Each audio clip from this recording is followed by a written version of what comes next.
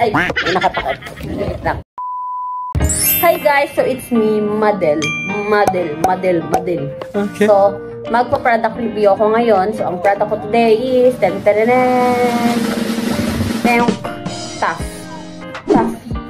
So, PC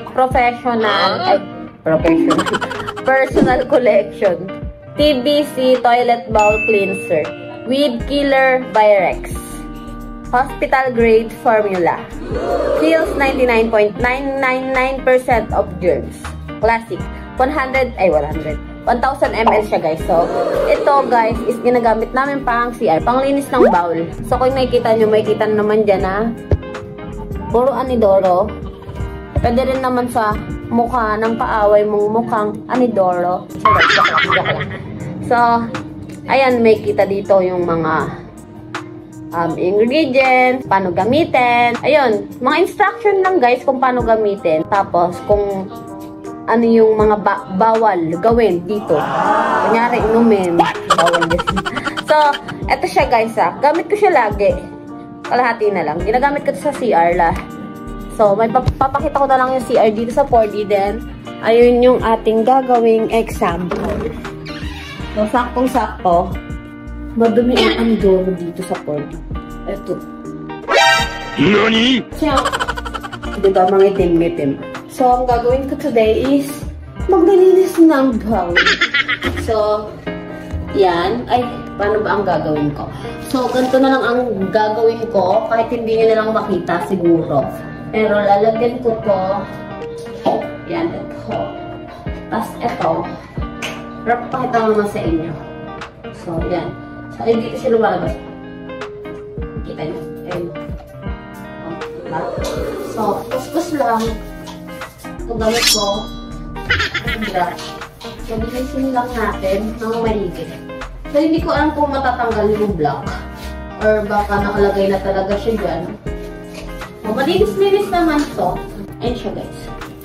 Malinis naman siya. Amazing! So, yan. Linis-linis.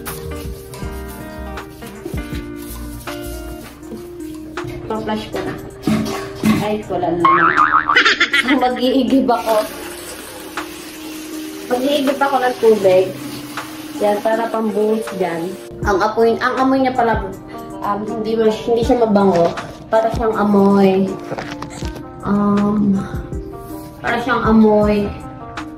tawag dun.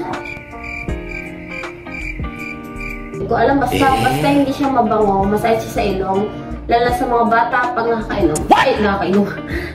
Sakto lang naman, pero kasi yung aso ko, dapat hindi niya naaamoy kasi meron siyang hika. So, kapag nakakaamoy siya ng mga malalakas yung amoy, inaasma siya.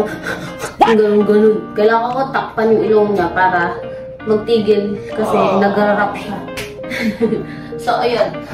I-flush ko na siya. Buhusan ko ng tubig. Ay, parang hindi ata natatanggal yung dumi niya sa loob. Yun, tama siya. Hindi siya natatanggal. So, lagyan ko na lang siya ng ganito para mukha siyang malinis. Gilid-gilid lang. Yan, ganyan lang siya. So, ganyan yung ginagawa ko. Pag naglilinis ako ng anidoro, yan, lagay ko na lang siya dyan. Then, iiwan ko na lang. Ganon. Ang rate ko dito, guys, is 10/10.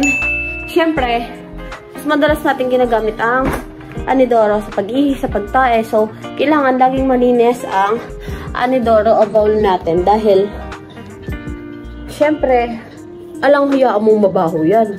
Hayaan mong may yan. Hayaan mong madumi yan. Hayaan mong mapanghi yan. So, yun. So, kailangan lagi tayo naglilinis. Yes!